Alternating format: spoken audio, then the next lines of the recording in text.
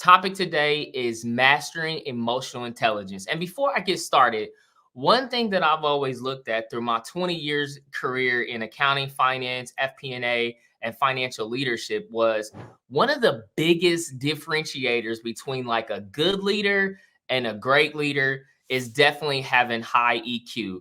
You may see it be called EQ or whatever the different words that they go along with emotional intelligence, but I actually think that the key differentiator between a good and a great leader is a leader that has high emotional intelligence, right?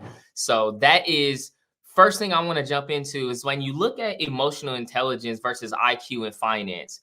Typically, when you look at the finance organization, you look at accounting, you look at FP&A, you look at CFO professionals, we are all about having the IQ. That's what we want to lead with. We want to be the smartest Excel person. We want to be the smartest that knows ASC 606 or IFRS 15 or ASC 842. Shout out to all my accountants. You know what that is, right? But we focus so much on the IQ side of what we bring to the business.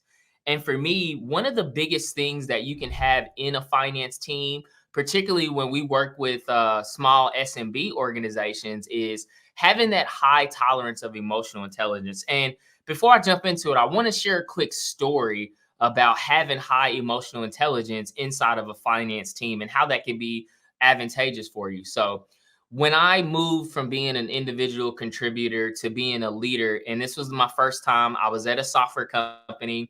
I was moving into I was a senior FP&A person before, and I'm moving into a manager of finance, manager of FP&A, and everybody, I failed in that transition. The reason why I failed in that is because I didn't have really high, I was so used to having my IQ be the skill set, everything I came about when it came to project. I wanted to prove that I knew the most about Power BI. I knew the most about the systems that we were using. Like I leveraged so much on the IQ being my strongest skill set. But when you move into leadership in a finance organization and you start to manage people, IQ is not really like the golden ticket to the Willy Wonka factory of leadership, right? EQ was. And I failed at that because when I moved into that leadership position, I was so used that all my wins, all my successes, all the home runs that I hit, that I was so used to winning for my own that all of my success was going to come through my team. And I remember a very distinct conversation. And I was having a conversation with the business manager. She reported directly to me when I got promoted, when I was the manager of finance at this high growth SaaS company. And she would come to me with problems, and she would come to me about things that she was frustrated with. And this is a typical fundamental fallacy I think a lot of professionals find themselves in.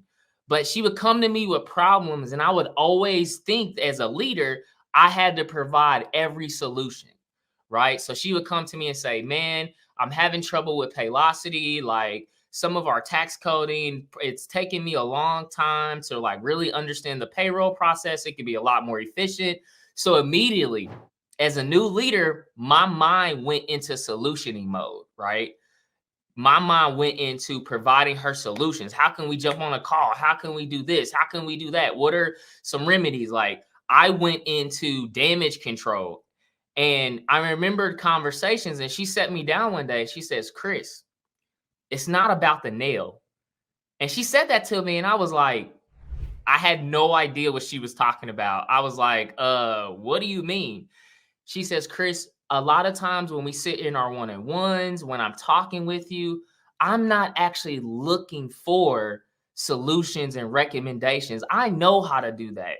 Part of what I'm coming to you as my leader and talking about is I just want you to understand, support, and hear that I'm frustrated and hear that I'm coming, that I have these challenges, and listen and be the person that says, hey, Chris, hey, I understand that you're frustrated.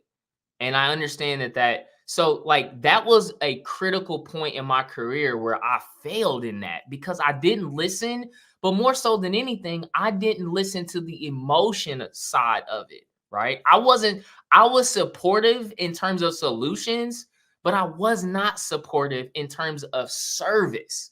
So that's one key thing about emotional intelligence. It's very sometimes as a leader, and listen, I know it's hard, right?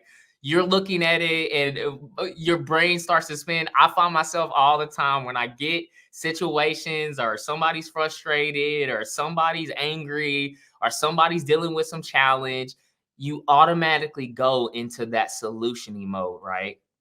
A lot of times as the CEO of Fresh FP&A, I have to stop myself and say, Chris, let that person have that time to express that emotion, to express it and understand what it was, right? And a lot of times I would listen and I would sit back with my team, I would sit back with our clients, I'll sit back with our partners, and I'll reframe what that emotion is and say, hey, thank you for sharing that with me.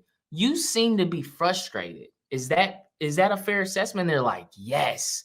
Sometimes one of the most important things in as leaders, right? And I know for me, if you see like this sleeve right here that you're looking at, those are my emotions. I wear them 1000% on my sleeve, right? But I have to find myself. And with people, sometimes you have to take that moment and allow them to have that time to express that emotion. Because a lot of times they're not looking for that solution. They're not looking for that recommendation. They're not looking for that answer.